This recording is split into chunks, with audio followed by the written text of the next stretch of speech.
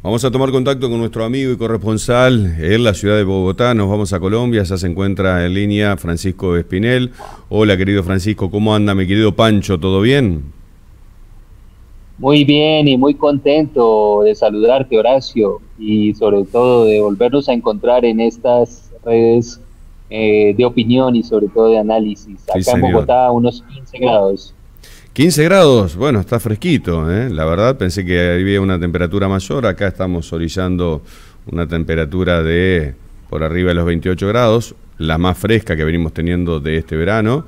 Tal vez en el día de ayer haya estado un poquito más fresco, pero veníamos sufriendo y padeciendo temperaturas que eran alarmantes con incendios forestales. Lo mismo estaba sucediendo en Chile, ya con otro incendio mucho más grave, ¿no? Porque cobró víctimas fatales, te has enterado. Aquí en el cerro o en el Parque Los Alerces, también en la provincia de Chubut, en el sur de la Argentina, hubo incendios forestales. Se está pidiendo, por información, se está brindando desde el gobierno de Chubut 5 millones de pesos para ver quiénes fueron los ejecutores materiales, ¿no es cierto?, al principio de este incendio. Sí. Pero lo cierto que hubo más de 3.000 hectáreas que fueron calcinadas. Gracias a Dios no llegó a las ciudades como Esquel y por ende no hubo víctimas fatales. En el caso de Chile, lamentablemente fue todo lo contrario, ¿no? Pero bueno, vamos a hablar de Colombia y la relación entre ambos países. Después de todas las declaraciones de Javier Milei, del rejunte o la toma de guante por parte de Gustavo Petro, ¿cuáles han sido las consecuencias? ¿Cómo están las relaciones entre ambos presidentes y ambos estados? Bueno, Horacio, y a todos nuestros oyentes y audiovidentes pues, que nos acompañan, en estos momentos podemos decir nosotros que de todas maneras hay una tensa relación. Se siguen manifestando frases de inconformidad por parte de la Cancillería colombiana, donde solicitan expresamente que haya, desde de parte del cuerpo diplomático de Argentina, una manifestación de perdón, pero sobre todo de excusas por las frases que dijera Javier Milei, presidente de Argentina, en su momento, refiriéndose al presidente Gustavo Petro. Usted sabe que fueron unas frases desobligantes en las que le preguntaron desde una entrevista sobre cuál era la opinión que tenía. Y sabemos que la respuesta pues no fue afortunada, lo que ocasionó ese malestar diplomático entre las dos naciones. En este sentido, entonces, todavía está en una tensa relación, no ha habido disculpa por parte del presidente Milei y por ende Petro se mantiene equidistante. Más allá de los dimes y diretes, en este marco, ¿ya cuánto tiempo lleva Petro en el gobierno? Petro está desde agosto del 2022. Y a esta altura, promediando su... un año. Sí, un año y picasso, año y medio. Sí, no, un año y 17, 18 meses, más o menos.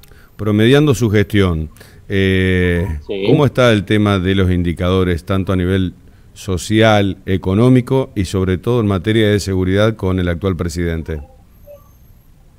Bueno, Horacio, nosotros podemos decir que han sido infructuosos esos escasos esfuerzos que ha hecho el gobierno por darle una estabilidad social y económica al país. La inflación ha crecido puntualmente, no a unos niveles desorbitantes, pero de todas maneras sigue estando alta frente a lo que él recibió al principio. ¿En qué promedia más o menos la inflación anual? ¿En cuánto está? Estamos en unos 13,8 más o menos, Horacio, en estos 13,8 anual. Sí. Acá el presidente Milei te cambia eso, hoy te firma y te agradece y te besa por donde quieras, ¿eh? Porque eso no llega a ser una inflación mensual acá. Aquí es la inflación mensual que hace, por ejemplo, que los costos, sobre todo de los alimentos de la canasta básica, Horacio, sean considerados hoy en día lo más costoso que ha tenido en la historia del país, donde desde los huevos pasando por la leche y ni hablar de el mismo pan que es hecho con una harina colombiana, pues termina subiendo de manera exorbitante. Recordemos, 13,8 anual me dijiste, ¿no? No, 13,8 mensuales, más o menos, bueno. en lo que se encuentra. Bueno, Horacio, me parecía muy poco, ajá. No, es 13.8 mensual y esto no baja, es decir, se mide trimestralmente acá y se sabe que no hay en estos momentos ninguna tendencia a la baja. ¿Y la reconversión El, salarial en este sentido acompaña a esta inflación o las paritarias, o no sé cómo es el sistema de actualización salarial de los trabajadores, al menos estatales? Eso es lo que eso es el pecho que él quiere sacar, ¿no? Cuando logra negociar, el gobierno logra negociar con los empresarios. El convenio de actualización salarial es gobierno con los empresarios, acá es gobierno con gremios, con los gremios. Exactamente, Allá es distinto, es con las exactamente. empresas. Sí, con los empresarios y obviamente representantes de los diferentes gremios, ¿de acuerdo? Ok. Ellos son los que entran a negociar casi siempre en diciembre, fundamentalmente, donde entra la puja por saber con cuántos niveles de porcentualidad más pueden lograr frente al año anterior. Entonces, el presidente Petro sacaba pecho de que se había logrado hacer un incremento del 16%, pero no habla de que la inflación se encuentra más o menos en el 13,8, lo que significa que realmente el ingreso para la población mayor laboral que tiene salario mínimo legal vigente es de 2,2%, Ok, lo que ahí sube te quería hacer ese el hincapié impuesto. para tener números y datos concretos. Hoy el salario Exacto. mínimo vital, vamos a decirlo, y móvil, como se llama en la Argentina, el salario mínimo de un trabajador en blanco promedio en Colombia, ¿cuánto es? En Colombia se habla de 1.300 pesos o 1.240 más 160.000 pesos perdón, 1.240 más 160.000 de transporte, 1.400.000. Si tú divides eso por 4.000 pesos, te está dando aproximadamente $250, $280 mensuales. $280 mensuales. Bueno, hoy un salario Así es. mínimo vital y móvil de la Argentina orilla, si está en 130 y demás, sí, unos 120, $130. Imagínense que estamos por la mitad de lo que está Colombia, es vergonzoso, en términos dólares, ¿no? A nivel regional. Sí. Pero yendo al costo de vida ahora en Colombia, si vos me decís 1.300.000, 1.500.000, me decías más o menos de pesos, 400, 1.400.000. 1.400.000 pesos colombianos, un alquiler de un departamento, un ambiente, para tener un parangón, ¿cuánto estaría? Horacio, recuerda que nosotros estamos estratificados por estratos socioeconómicos. Entonces, en un arriendo en un estrato 3, que es de clase media, puede estar perfectamente por los 800.000 pesos. O sea Estamos que la clase hablando media nosotros. puede destinar la mitad y más de su sueldo exclusivamente en el alquiler. Después tiene que vestirse, comer, Exactamente. educarse, salir, vestirse, etcétera, etcétera, etcétera. El salario mínimo, pero para la gente que que recibe ese salario de mínimo legal vigente de 1.400.000 pesos, pues pueden pagar en los barrios de estratos, que mejor dicho, los que están a las afueras, En las en el periferias. sur, en los cerros, en la periferia, pueden pagar 500.000 pesos más o menos de arriendo. De todas maneras sigue siendo mucho Claro. el arriendo, ¿de acuerdo? Y a ver, para darme un sachet de leche o un litro de leche, ¿cuánto vale en el supermercado? Vale, dependiendo de la marca, en estos momentos un litro de leche, una bolsa de leche de una marca costosa puede estar casi en los 8.000 pesos. 8.000 ocho pesos. mil pesos, 8.000 exactamente. pesos y ganás 1.400.000. Bueno, este, sí, está complejo. El estándar de vida es elevado en relación a los salarios, claramente. Sí, y si la composición de la familia en un estrato medio bajo es de 4 personas, ¿cuánto crees que dura una bolsa de leche, Horacio? Un Sí, desayuno y te quedaste con las un ganas. desayuno y te Un quedaste con desayuno las y te quedaste ganas. con las Exactamente. ganas. Sí. Bueno, Sí, sí, sí, teniendo sí, en sí. cuenta este nivel económico, la situación de la pobreza la ha mejorado, ha habido reactivación de la economía Petro promediando su gestión, o solo se habla de los carteles de droga, solo se habla de esto. ¿En qué mejoró el gobierno de Petro algún indicador?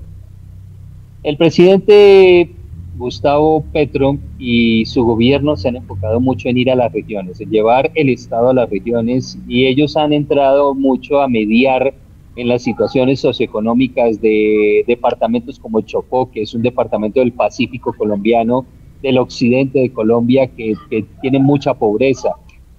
Ha entrado a mediar mucho con los campesinos que se encuentran en toda esa zona del Chocó, del Cauca, que están, digamos, en una situación difícil, y allá ha llevado algunos programas, pero resulta que Colombia tiene 31 departamentos más. Estamos hablando nosotros de que no ha llegado ni siquiera al 10% de la población del país, ¿de acuerdo? En todo caso, pues él tiene un foco muy claro de llegar con propuestas de gobierno a esas regiones a las que antes el Estado no llegaba.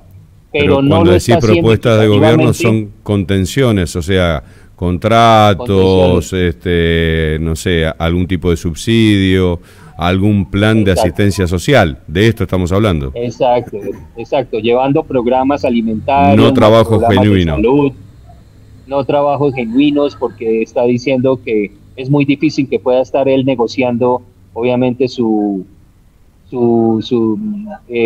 posibilidad de implementar industria o implementar fábricas para que la gente se contrate en determinadas zonas. Eso no lo está haciendo el gobierno y no lo va a hacer, ¿de acuerdo? ¿Por qué? Pero entonces él considera que cuando del presupuesto nacional saca una partida presupuestal más o menos grande para ofrecer subsidios mensuales a población vulnerable, a jóvenes en acción, a madres cabeza de hogar y todas estas caracterizaciones de población de Colombia, pues digamos que cumple con cierta cosa, pero lo único que hace son programas pequeños que finalmente terminan eso, ¿no? Fortaleciendo ese populismo con el que quiere manejar el país, pero se olvida de la otra Colombia. Populismo clientelar. Hoy el gobierno de Petro ha mostrado ser de estirpe clientelista popular. Todos sustentados sobre la línea de la pobreza, dependiendo de algún plancito de ayuda estatal. Así es, y con una firme intención, como lo hemos hablado nosotros en presentaciones anteriores, Horacio, de querer, como sea, impulsar esas reformas a la salud, la reforma pensional, la reforma del trabajo, que lo único que busca es tener el control total de semejantes rubros tan grandes como puede ser el de la salud.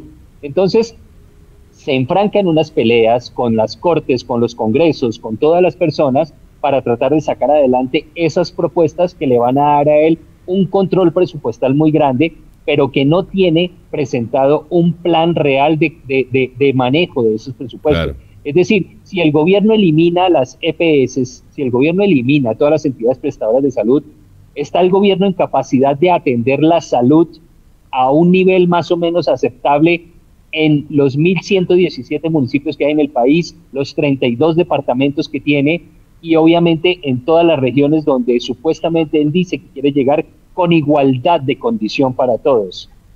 No lo creo. Claramente en la Argentina eso no está aconteciendo. Si bien la salud pública es el gran reservorio de la gente más humilde, y bueno, mal que mal se garantiza cierta prestación, pero no hay igualdad para todos, ni mucho menos. Así es, Horacio. Te hago una pregunta. Quiero redondarte en esto, ¿de acuerdo? Es decir,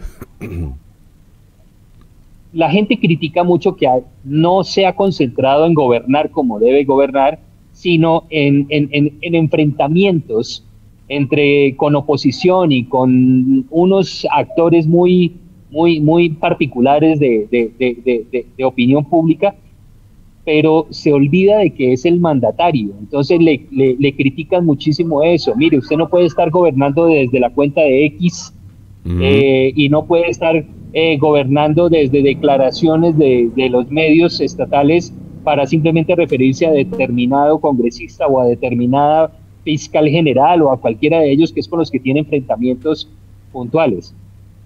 Lo que estamos diciendo, Horacio, es que no hay realmente un gobernante integral que asuma al país en toda su dimensión para poder de verdad proponer programas sociales, económicos, laborales que funcionen para todo el territorio colombiano. Siendo Petro un ex guerrillero, la pregunta es, ¿se ha dedicado en algo, algún atisbo de programa para combatir los carteles o directamente todo lo contrario? Horacio, a estas alturas, estamos hablando nosotros a hoy, 14 de febrero del año 2024, simplemente le ha amarrado los brazos y las piernas a las fuerzas militares para que no, No intervengan contra ellos. no intervengan contra los grupos militares, contra los vía grupos libre para los guerrilleros. carteles. Exactamente. Cero Entonces, control para los carteles. hay territorios donde la presencia militar no existe, y el incremento de la droga, el incremento de los secuestros, el incremento de los atentados y de los delitos, Horacio, pues está presente. Vamos al Y tema de eso lo inseguridad podemos ver entonces. ¿Ha proliferado todo esto?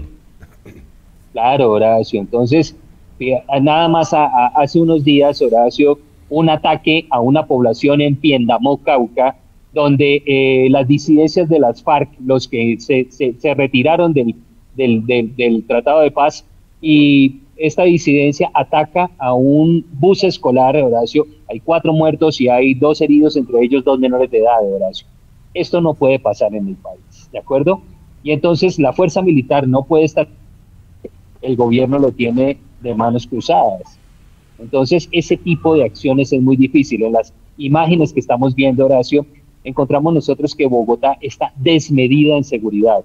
La gente está desesperada con absolutamente todos los atracos, todos los robos que están teniendo en los diferentes restaurantes, en diferentes zonas del país, de la ciudad, bandas delincuenciales que se dedican, por un lado, al robo de bicicletas, por otro lado, al robo de clientes en los restaurantes. Tú no puedes ir a comer tranquilo porque hasta allá están llegando estos delincuentes, Horacio. Es muy complicado. En las otras regiones, entonces, bandas criminales que siguen en la extorsión, vacunando, como decimos nosotros, en el mal sentido, a los comerciantes porque le quitan su cuota mensual para ofrecer seguridad o para no hacerle daño a su negocio. Extorsiones que se están dando desde las cárceles, Horacio. Los delincuentes de las cárceles siguen mandando, como Pedro por su casa, dando órdenes de a quiénes se ajustician o qué negocio se debe incendiar o se debe explotar si es necesario, porque no pagaron la cuota o porque no cumplieron con los acuerdos de pago con estas bandas criminales. Ese tipo la ley de la selva. Total. ¿A mano armada o a mano armada o solo agresiones? Vemos con palos, vemos piñas, riñas, forcejeos, bueno, mafias directamente que te muelen a palos, acá le decimos así, o te golpean hasta más no poder. Bueno, todo esto es un resumen realmente impresionante de todos los atracos y asaltos que hay en cualquier hora, en cualquier calle y en cualquier momento. Está estacionando el auto y le van a entrar, seguro.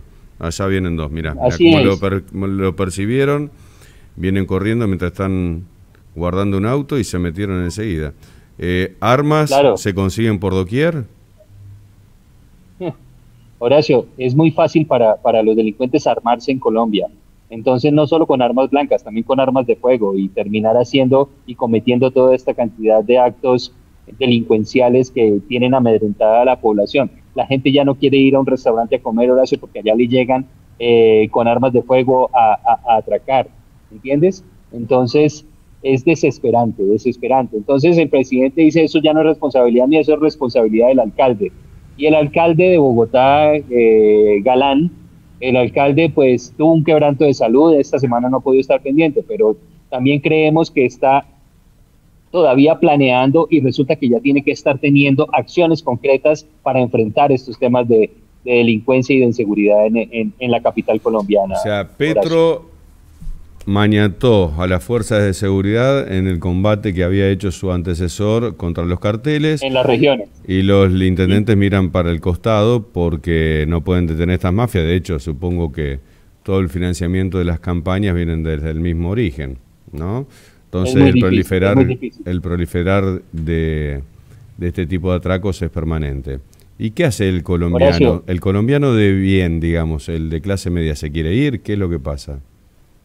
Horacio, en estos momentos, digamos, frente a la intención que había cuando recién Gustavo Petro asumió la presidencia de querer viajar, de querer irse del país, digamos que ha disminuido. Ya la gente no tiene la intención, no tiene esa necesidad de salir del país y de llevarse todas sus pertenencias, sino que está esperando a ver qué pasa. Pero la gente se está dando cuenta de que pasa el tiempo y no está pasando nada. Y cada vez lo único que se está dando, evidentemente, en Colombia es el fortalecimiento de las bandas delincuenciales, de los grupos armados, de delitos como el robo, como la extorsión, como el secuestro, que han crecido en sus porcentajes y que tienen a la población en Colombia en general pues amedrentada, asustada, con una percepción de inseguridad muy grande, Horacio, muy grande. En estos momentos se calcula que en las grandes capitales como Bogotá, Medellín, Cali, Barranquilla, Cartagena, la percepción de inseguridad está casi en el 60%, Horacio. Respecto al anterior presidente, esto se vio incrementado entonces. Sí, señor, sí, señor. En este gobierno se han incrementado, fortalecido las bandas criminales, los grupos al margen de la ley, los delincuentes en general. En Bogotá solamente, Horacio, se habla de que hay más de 17 grupos delincuenciales o bandas criminales que hacen presencia en diferentes zonas de Bogotá. Y el principal accionar es para controlar territorios con la venta de estupefacientes. Qué bárbaro. Es complicado. ¿A cuánto asciende el nivel de pobreza de la población colombiana? Horacio, nosotros hablábamos de que en Colombia el 72% de la población colombiana se considera pobre y de ese 72%, un 27% se encuentra en extrema pobreza. Estamos hablando de 52 millones de habitantes que tiene el país.